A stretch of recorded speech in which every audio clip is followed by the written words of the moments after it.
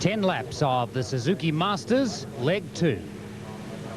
Another excellent field. Bob Toomey and Robert Holden look to be the favourites again. Bob Toomey riding better than he ever has before. Obviously in excellent form. Robert Holden will want a better performance today.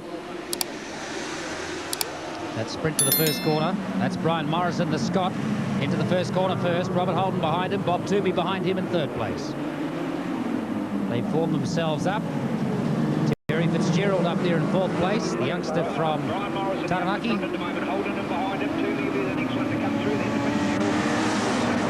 Brian Morrison has got to the lead. Well, he spent yesterday learning the circuit. He's a top production road racer from Scotland and has had some experience on this bike, perhaps more on the current motorcycle than the top New Zealanders. But that looks like a real battle. It's a sprint race being 10 laps, and Joanne, I think we got quite an interesting race shaping up here. Yes, I think they're taking it fairly quietly for the moment here, Tony. Just give the bike a couple of laps to warm the tyres up, get the riders used to it. This is their first ride for the day. Conditions looking a little overcast, but the track's still fairly warm. Looking for a slightly better performance for Robert Holden today, who's a little more on form. But looking now to Bob Toomey in third, who's not letting them out of their sights for one moment. Worth remembering that when you get to this level of road racing on machines this powerful, the mental state of the rider does make an enormous difference. Robert Holden wasn't quite himself yesterday. Bob Toomey really has come into his own in the last couple of months. But this is Brian Morrison, the Scot, who's leading them round. It'll be hard to get past. And once again, I think we're going to see the same as yesterday, where the dicing is all up front. Most unusual on a street circuit like this, but wonderful to see. Robbie Dean in fourth place. And Terry Fitzgerald is fifth still. Robbie Dean dropping off this front three just a little. It's Robert Holden challenging Brian Morrison.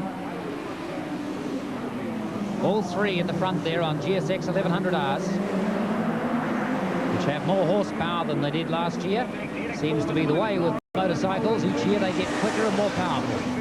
You'll notice as they get going a bit, when they get into their stride, that they get power slides coming out of corners, such as the acceleration. Still Morrison, Holden, Toomey.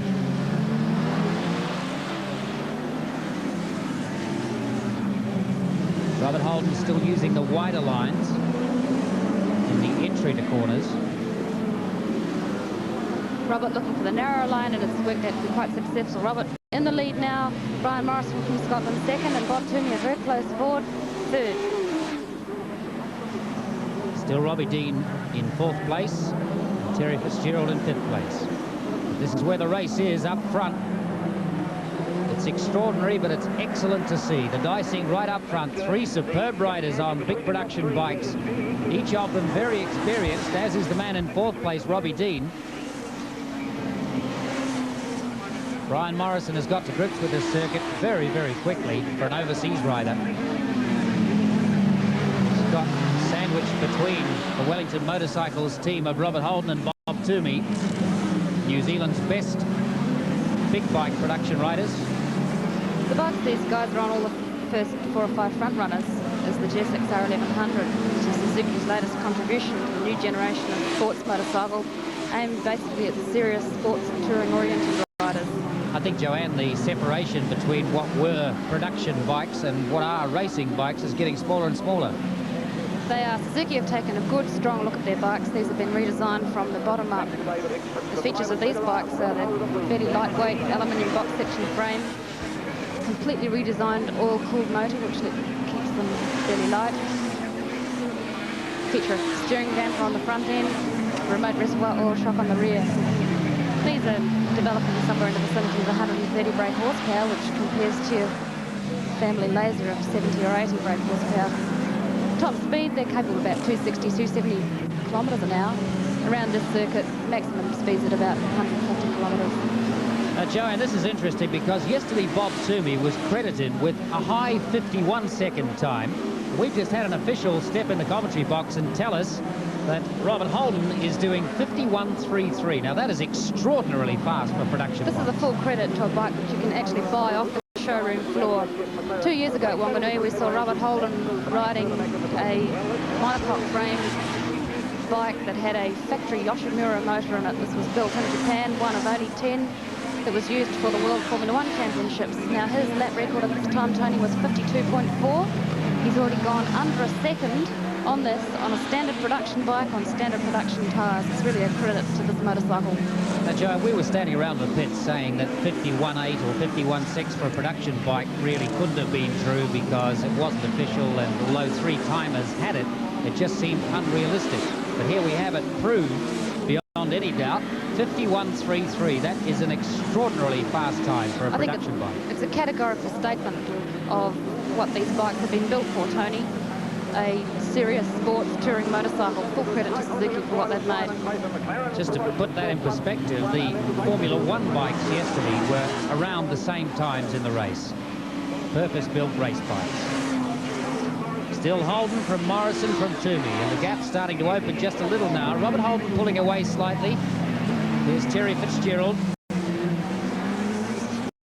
39 is Tony McMurdo from Wellington. We don't see him too much in the front. This is his 3rd season of road racing. And 45 is Alan Ramage, who had a good day yesterday as well. Always a good starter.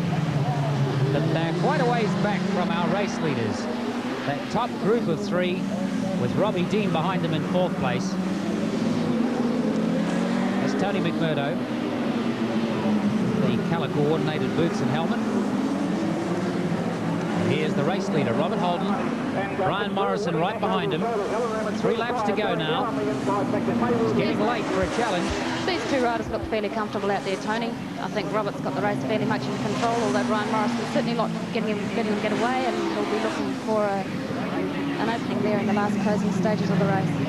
I think this is Robert Holden back to his very best and leaving Bob Toomey just slightly behind him, whereas yesterday it was dicing wheel and wheel right to the end and Bob Toomey getting the win. Robert had a few tyre problems yesterday, Tony. He's now got the luxury of a brand new tyre on the rear, and obviously they're making advantage of it. I noticed him in the pits bolting one on this morning. He's got it scrubbed in nicely, obviously working well for him. This bike's working really nicely. He's got no suspension, tyre adhesion, any sort of problems. He looks like he's having a really good time out there.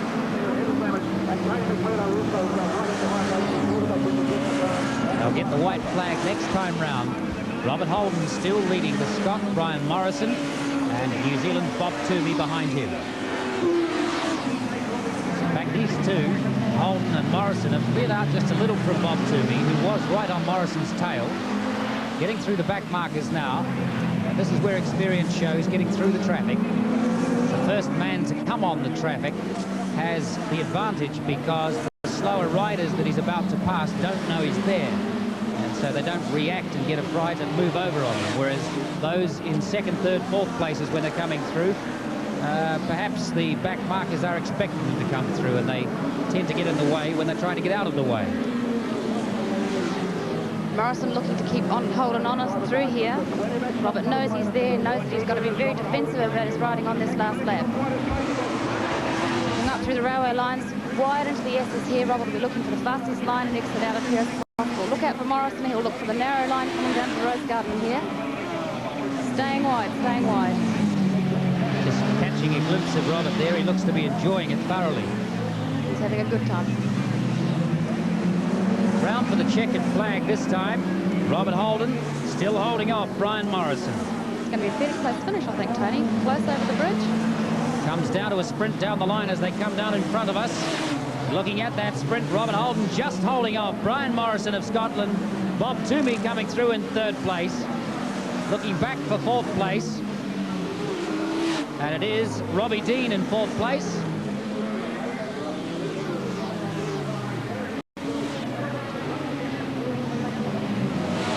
And 5th place, a battle between Terry Fitzgerald and Alan Ramage. 5th and 6th respectively. Tony McMurdo in 7th place. Robert Holden just showing a little bit of the joy of winning a race after having a day that didn't really suit him too well yesterday. He wasn't feeling himself.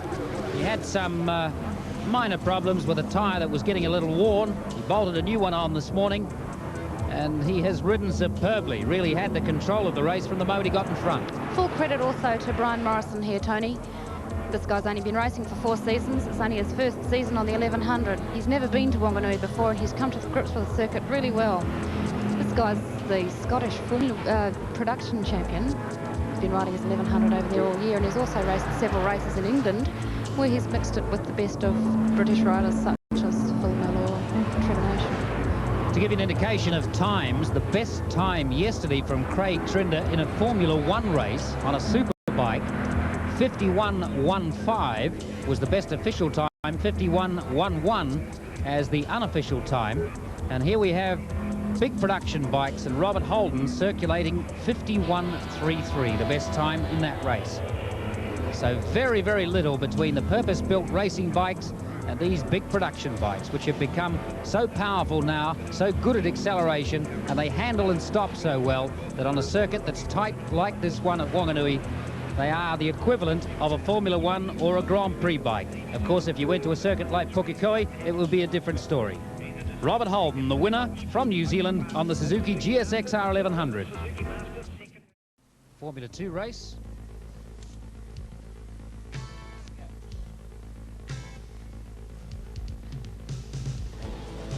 Lined up on the grid now.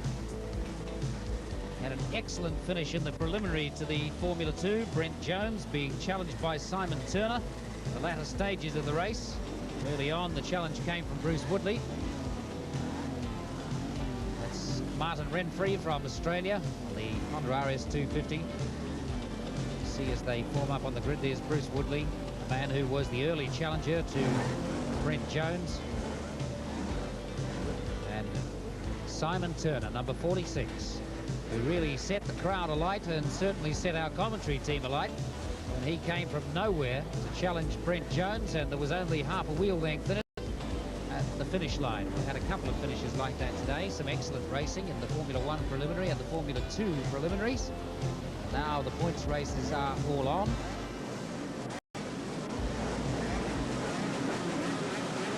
Waiting for the start now in Formula 2, they're away. The sprint down to the first corner is the important one. This stage of the race, Brent Jones into the lead very easily. And Woodley's into second place, and Martin Renfree, the Australian, in third. But he soon loses third to Simon Turner. Simon Turner up there very, very quickly. One imagines he will have gained an enormous amount of confidence from his very close finish in the preliminary race. He's not going to be intimidated by the reputations of any of these riders in front of him, or the internationals, some of whom are behind you. But it's absolutely critical this first lap, because Turner has to get past Woodley and right onto Jones's tail. He cannot allow Jones to get clear, because a clear road in front of him, Jones could just disappear.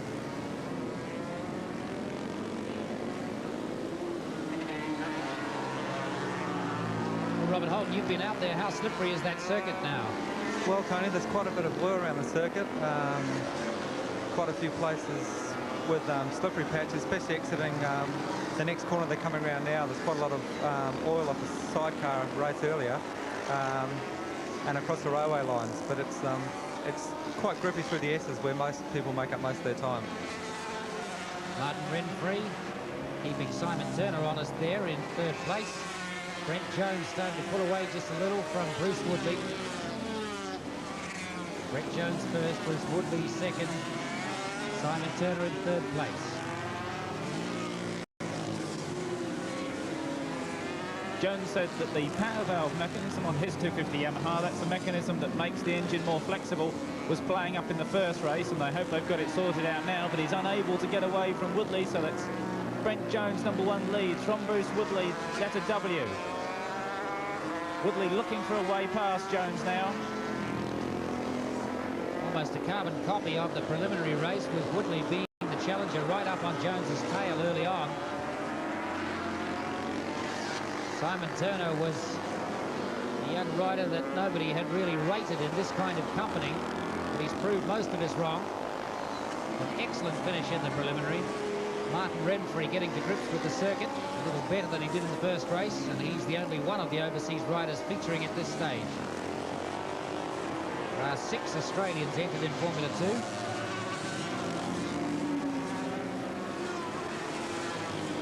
So at the moment, it's the two Yamahas leading the two Hondas, but there really doesn't seem to be anything in it machinery-wise, all very evenly matched. It certainly seems that gone are the days when the TZ250s were completely dominant. Yes, Honda have made great strides, and they've got yet another completely different model ready for next year, and unless Yamaha are careful, they're going to be put into the shade by next year's 250 Hondas, the racing machines. But Jones across the railway line once more and unable to break free from the three men chasing him. In previous years, we've seen Brent Jones get into this position and then virtually walk away. A, because he had good machinery, and B, because he is such a naturally talented rider anyway, particularly on a circuit like this. He's riding both Formula 1 and Formula 2 today, but he's not able to get away from Bruce Woodley as easily as he would like to. Bruce Woodley, by the way, is here representing Australia. He's a New Zealander of the well-known family from Blenheim, but lives in Australia now. Brent Jones carries the number 1 as the defending national title holder. And now, of course, they're catching up to the tail enders, and this could really sort the men from the boys as the racing lines are spoilt, and you have to sort of make it up as you go along, picking a line between the slower men, and there's an awful lot of slower men out there. There's another traffic jam at the island as Jones, Woodley go past. Martin Renfrew has just overtaken Simon Turner through the traffic, so he's made up a little bit of ground there. Jones breaks through to the lead. Renfrew looking for a faster way past him, maybe get past Woodley. No, he ducks in behind him. Just an indication of how much ground you can make up getting through the back markers in the traffic in a tight little circuit like this Wanganui one. Number 1, Jones lead. W, Woodley from F for the Australian Martin Renfrew. Simon Turner hasn't fallen off that group completely. Perhaps not as much experience in getting through traffic as some of the other riders here. And Jones has used his experience around the tight Wanganui Cemetery circuit to get clear, make better use of the back markers. And Woodley now under strong pressure from Martin Renfrew. Now that they've got clear of the majority of that traffic, Woodley, Renfrew, second and third place. Brent Jones pulling away just a little more now from Bruce Woodley. And Simon Turner seems to have lost the aggressive edge or something that he showed in the first race. Perhaps his bike isn't running quite as well. Jones certainly is going very well and getting away a little bit now as Renfrew looks for a way round Woodley. Can't find it this time. More back markers to upset things. Woodley's pushed wide. Renfrew goes even wider. Looks for a way out the inside. Late on the brakes. Who will appear out of the corner first? And it's Woodley who holds on to the advantage. Renfrew, in fact, got pushed back there in that manoeuvre by Simon Turner. Turner finding his aggressive edge again. Back into third place. Here's the race leader, Brent Jones. Coming through Bruce Woodley. And Turner really challenging Woodley now.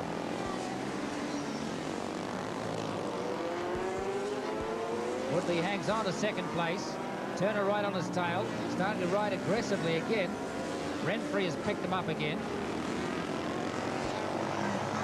Robert, what are you thinking about when you're in a group like that and coming up upon tail enders? Just who are you more worried about? The guys you're racing against or the back markers? Well, both. It's very hard to keep out the way of the back markers, especially Brent's got an advantage here where he's the first one through the back markers. They don't know he's coming. They quite often try and get out of your way and cause you more problems. And these guys are getting tied up with the back markers a lot more than Brent is. But I try and keep as far away from the back markers as possible, as well as holding my own against the guys I'm racing against. And Woodley seems to have negotiated that set of back markers quite well and holding a very marginal advantage over Renfrew. Renfrew looking Renfrey inside line on the brakes, pulls up alongside Woodley, and they're coming into the corner now. Who will be first out? It's Renfrey who's first out of the corner. A successful outbraking manoeuvre, almost cut up by a back marker there on a trail bike, but he negotiates the corner in front of Woodley. Woodley pushed almost into the gutter, and that gives Simon Turner the chance to get past. So a very unlucky couple of corners for Woodley. He lost 2 places. Renfrey now a clear second place ahead of Turner and Woodley. Really was hard luck for Bruce Woodley there. Caught out a couple of times in the space of 200 metres and lost two places. In a situation like that, it's very difficult to know what to do. I think personally Bruce did the right thing, but it was actually the wrong thing at the time. And you think it's hard for him now to, having seen everything go west like that, to get to grips with it and come back from that position? Yeah, well, he's obviously got to put in a lot of effort now. It's a lot easier when you're in front of someone than trying to catch them up through back markers as they are now. Like they're coming up along another back marker, and I think Bruce has really got to put the effort in the next couple of laps if he doesn't want to see these guys just pull away. 6 laps remain in the Formula 2 first leg of the points races. Brent Jones leading from Martin Renfrey of Australia. Bruce Woodley in Simon Turner in 3rd place, and Bruce Woodley 4th. And it's quite hard to pick out your men there as you look for letter F, Renfrey, number 46. That's Simon Turner. They're the 2nd and 3rd place men, F and 46, battling their way through the tail enders. Simon Turner getting just a little wide there, close to a curve. Renfrey's having some trouble getting through this traffic, particularly as he meets a great bunch of them on the bridge. This is amazing. I've never seen so many back markers in my life. The first Formula 1 race was similar. An enormous amount of traffic out there and a great differential in their speed and the leaders. Back to the leader now. That is number 1, Brent Jones on the Dayglow and white Yamaha, almost getting cleaned up by that marker who's going this way and that way. Never saw which way Jones passed him. Renfrey a wheelie up through the cemetery from the 250 Honda. Just extraordinary the way Brent Jones goes past people. That's where he's made up all his time, Tony. He's really aggressive in the traffic, knows where he wants to put the bike and just does it. A certain amount of truth, I think, in what you're saying there, Robert, and that they don't know which way he went. No, he's gone. Perhaps it's safer to get past that way than when they've had time to react. Yeah, it is. The first rider to the lap traffic's always got an advantage. He can go where he wants. They don't realise he's coming. Quite often the slower riders try and move over to see where, try and make a gap for you, and they make it worse because they don't know where you're going, but you do. And quite often you try to go around the outside and they move wide or, just getting your way. BJ showing his experience, international experience, and why he has been the dominant force in this class of racing for so long in New Zealand. And he's just coming up to lap an Australian, that's Rob Miller, on another 250 Honda. Dives inside Rob and accelerates away. The other thing, of course, is that Brent's done so many laps of Wanganui that when he has to pick a strange line to go around a back marker, the chances are he's used that piece of tarmac before. On the other hand, Renfrey, who's chasing him, is new to Wanganui, really doesn't know where all the bumps and the slippery patches are. But he's doing a pretty good job of it in 2nd place, and he's broken away a little bit, I think, from Turner, but it's very difficult to pick them out. Yes, Renfrey's in a clear 2nd place, pulled away from number 46, Simon Turner, and is in 3rd. Looking very much like Brent Jones's race at the moment. A couple of laps remaining. He's riding superbly. He's just got quicker as the day has gone on. There's Simon Turner coming through. There's Renfrey in 2nd place. So it's quite a gap back as he goes past his compatriot.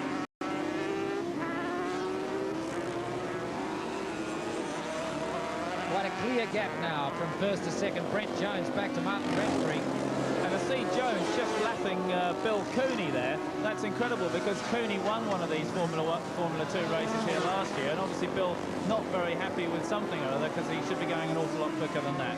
But that's F, the 2nd place man, Martin Renfrey on the 250 Honda from Australia.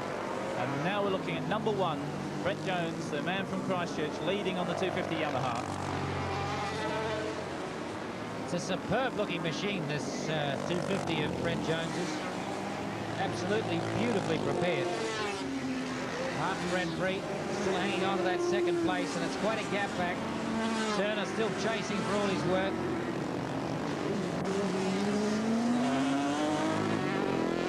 It's going to be a second and a third on the day for Simon Turner. The young man on the way up. Chasing letter F, Martin Renfrey. There's Jones. Gets the white flag this time, Brent Jones, so he's on the last lap. The gap is too big for Renfrey to catch him. The main things that Jones has to worry about on this last lap, of course, is not getting into trouble with any back markers. And he'll be probably a lot more careful about where he passes them than he has been. Pick his moment, he knows.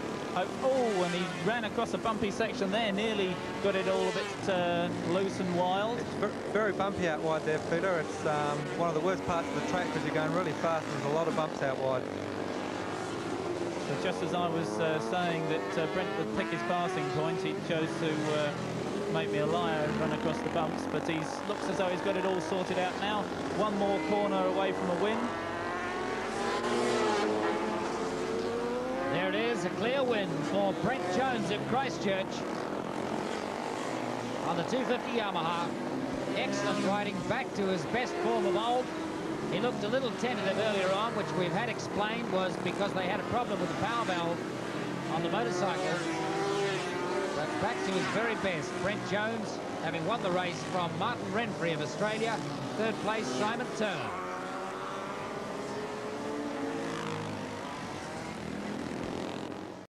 With Robert Holden, as we see there, obviously upset with his own performance in the first race. He's going to be doubly determined to do better in his second event. Toomey, who was very smooth and consistent first time out, and Morrison.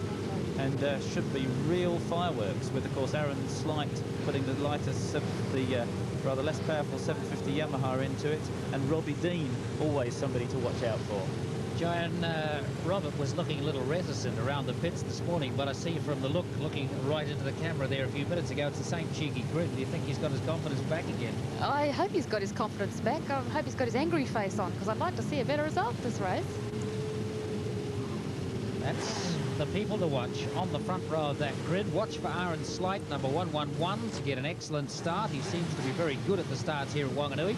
Just slightly downhill and a big sprint down to the first right-hand corner. It's always a psychological advantage to be the first one down to that corner. Let's have a look at the race. And Aaron Slight does it again, but Bob Toomey goes up the inside, and sure enough, Brian Morrison has a better start, but he lost it coming out of the first corner a little bit, but he's back in fourth place. Number 45, Alan Ramage in there in third place. Robert Holden well back. Lost himself a lot of time by getting shut off in that first corner. The dust you can see flying is cement dust covering the oil. It's so tough, any oil that is spilled on the track. Bob Toomey, Aaron Slight, Alan Ramage, and then Brian Morrison. And watch here for totally different riding lines from Toomey and from Aaron Slight. Slight has to use every inch of road because the 750 Yamaha doesn't have an awful lot of speed. He'll go curb to gutter, and the Suzukis tend to turn and squirt a bit more coming out of the corners. Oh, and Toomey getting it all crossed up there on the brakes as he hit the bump. Very, very lively action from Toomey, and a big slide as he winds the power on, desperately trying to get away from Aaron Slight. And of course, the 750 Yamaha, not having the embarrassment of power, isn't making those kind of wild manoeuvres, and he's closed up on Toomey. The track doesn't look too slippery where the oil was spilt there in an earlier race. Bob Toomey. Alan Ramage still in third place. That's a good ride coming from him as well. Morrison trying to come up the inside of him there, but cut off once again. He certainly is having a learning experience today. Robert Holden in fifth place. Alan Ramage put in a fine performance here last year on his 750R. He's taking a little while to get used to the 1100, the extra power and suspension differences, but he seems to be coming to grips with it quite well in this race. So Bob Toomey, the first race winner, still in the lead. It's Brian Morrison, who was second in the first race, slipping into third place there. Aaron Slight, who was an early leader in the first race, once again getting an excellent start and holding on to that 750 in his place.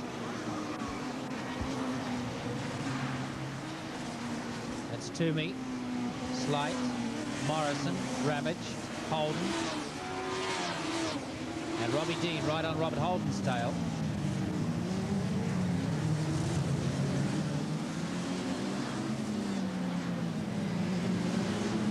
Robert has to be fairly careful at this point, because if he doesn't manage to get the break on Alan Ramage fairly quickly, he will be held off, and he'll just lose touch of those front runners. But it looks as though it's made a fairly successful passing move here, just coming over the bridge, although Ramage has got the advantage once again.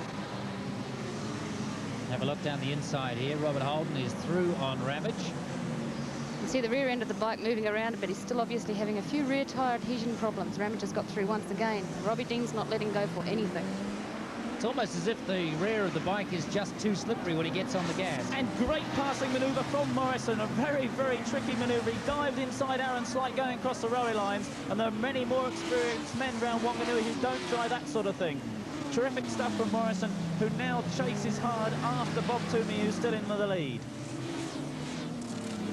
Let's see just how much Brian Morrison has learned from his mentor over here, Norris Farrow, and from his first race on this Wanganui circuit. He did extraordinarily well in the first race, first time up. Now he has Bob Toomey to chase. And I thought earlier on that he had a limited number of possibilities to pass here because of his lack of experience, but he's certainly finding some new ways round, is Morrison. Perhaps he's just not hindered by his lack of experience. That's a very good point, Tony, because he hasn't ridden here enough times to get a fright going across the railway line, and he's not perhaps as cautious as some of the locals, and he's closing now on Bob Toomey. Certainly in the days when they used to run TZ 750s as the poke machine with much narrower rear tyres than they have now, people were very reluctant, or very brave, should I say, to try any kind of passing manoeuvre over those railway lines. Morrison just sitting behind Toomey. These both the big oil-cooled 1100cc Suzuki's out in front.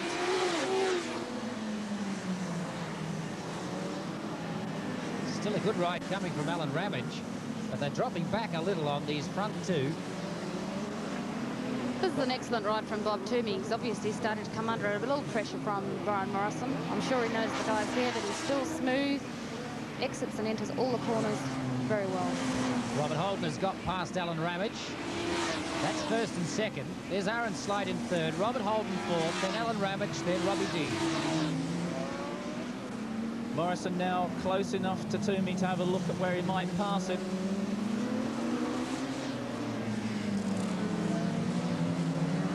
Now, two races within a race here. Front two, Bob Toomey and Brian Morrison have cleared off just a little. Toomey very much under threat from Morrison now. And surely Morrison won't consider passing Toomey in the same place as he did pass Aaron Slight. He was able to do Slight because the 750 Yamaha doesn't have the top speed. Now Morrison sits behind. Will he look at that outbraking manoeuvre going up inside Toomey to the traffic island? There's another rider on a 500 Yamaha is going to get in the way a little bit. No, they're past him quite quickly.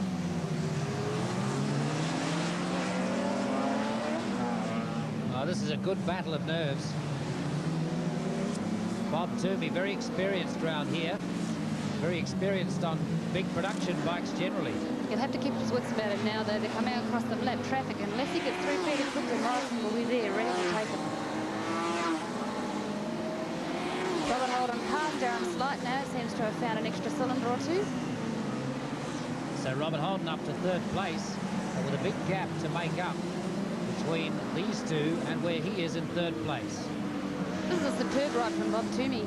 He's been an excellent 250 and 550 production pilot in the past. Found the bigger bikes a little bit of a handful, but he's certainly come to grips with the 1100 today. This is only his third or fourth ride on the machine. Robert Holden has started to pull away now from Aaron Slight, having got past him, but that's a big gap. There's the front two. Now looking back to third place, here's Robert Holden. He really is starting to pick it up, and he's looking smooth, he's looking good. That's a fair old margin to make up.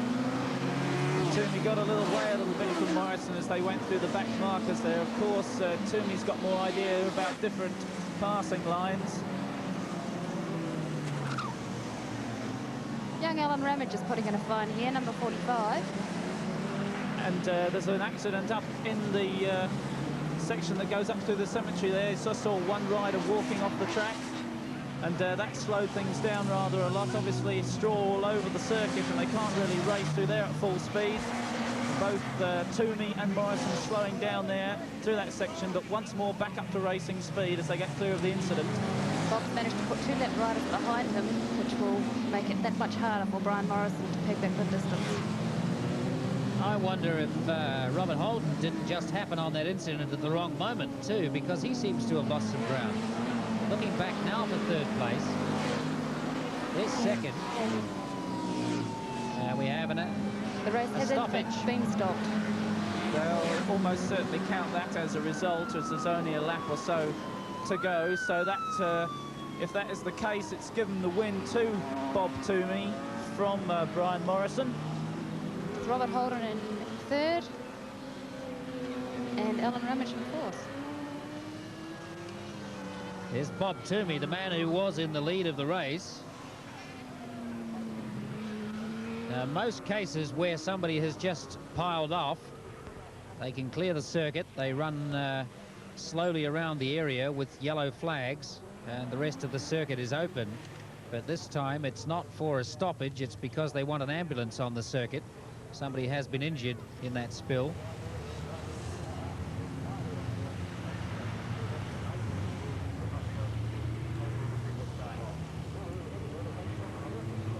They'll put cement dust around to mop up any spilled oil, which is an obvious hazard for anyone on a racing line. Try and get a report on just who it was that crashed. It was out of sight of our cameras.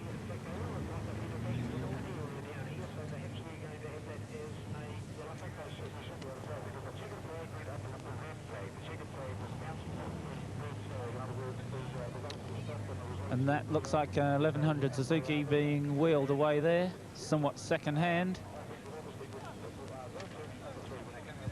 Yep, number 41 just being put on the trailer. But if there's only one rider involved, and I've only seen one motorcycle, there was certainly one rider walking off the track. So with any luck, he was the gentleman who caused the incident was uninjured. And if, as Peter says, there was only a lap and a half, a couple of laps remaining, they will call it a result when the race was stopped.